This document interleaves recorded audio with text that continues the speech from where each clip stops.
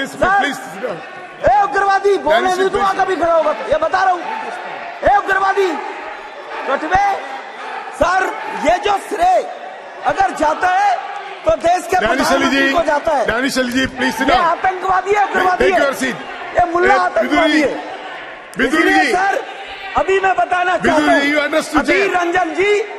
अधीर रंजन जी अभी शोर मचा रहे थे, लिस्ट पढ़ रहे थे, उस लिस्ट में अधीर रंजन जी जब लिस्ट पढ़ रहे थे 1975 से लेकर अभी तक, इसकी बात रहना जी, बाहर देखो इस मुल्ले को, अभी रोज पढ़ रहे थे सर। इसरो ने वर्ष 1975 से अब तक 52 नमस्कार दोस्तों, चंद्रयान 3 की अपार सफलता के साथ ही भारत ने पूरी दुनिया में इतिहास रच दिया। वो अलग बात है कि उस दौरान भी इसरो के लाइव टेलीकास्ट के वक्त पीएम मोदी स्क्रीन पर छाए रहे और वैज्ञानिकों की जगह अपना चेहरा चमकाने की होड़ में लगे रहे, और अब लगातार भारत इतिहास रचने में लगा हुआ है।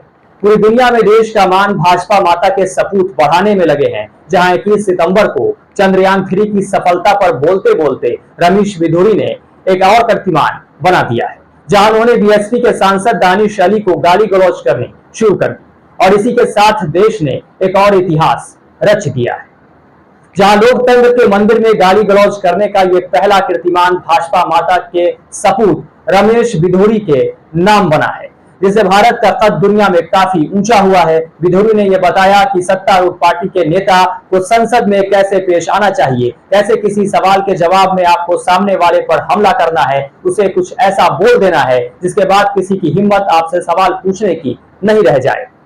वैसे तो भाजपा माता के सपूतों के ऐसे कीर्तिमान रचने की लंबी फहरिस्त मौजूद है, जहां सड़क से लेकर संसद तक भाषाओं के जरिए नए नए इतिहास काले पन्ने में दर्ज हैं। गरीबी, महंगाई, बेरोजगारी से त्रस्त इस देश ने कुछ तो नया किया है। दरअसल भारत को 2014 में मिली आजादी के बाद बहुत सारे विश्व रिकॉर्ड यहाँ दर्ज हुए हैं, जहां कम विकसित शहरों के नाम बदलकर उसे विकसित करने की नई टेक्नोलॉजी का आविष्कार किया गया।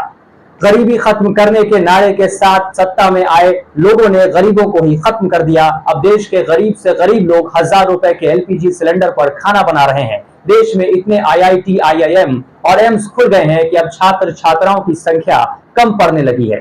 देश के पीएम कपड़े देखकर लोगों के धर्म पहचानने लगे। 2014 के बाद इस देश के हाथ ऐसी टेक्नोलॉजी लगी कि हर ओर सिर्फ खुशहाली नजर आने लगी। हमारा देश विश्व गुरु बन गया। और फिर अमृत काल के दौरान देश का मान बढ़ाने वाली बेटियों को प्रताड़ित करने का विश्व रिकॉर्ड हमारे देश ने बनाया। मणिपुर में महिलाओं को नंगा कर सड़क पर घुमाने का वीडियो वायरल हुआ, जिससे देश का मान और बढ़ गया।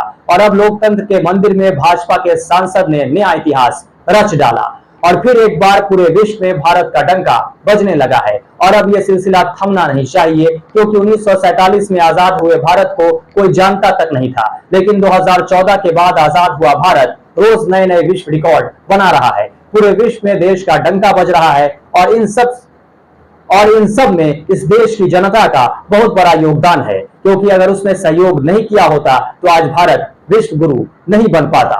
और अब 2024 में भी देश की जनता को ऐसे लोगों का समर्थन करना चाहिए, ताकि तेजी से विकास की ओर बढ़ते इस देश के पथ पर कोई बाधा ना आ जाए।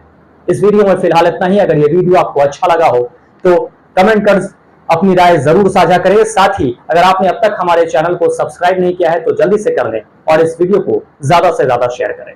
नमस्कार।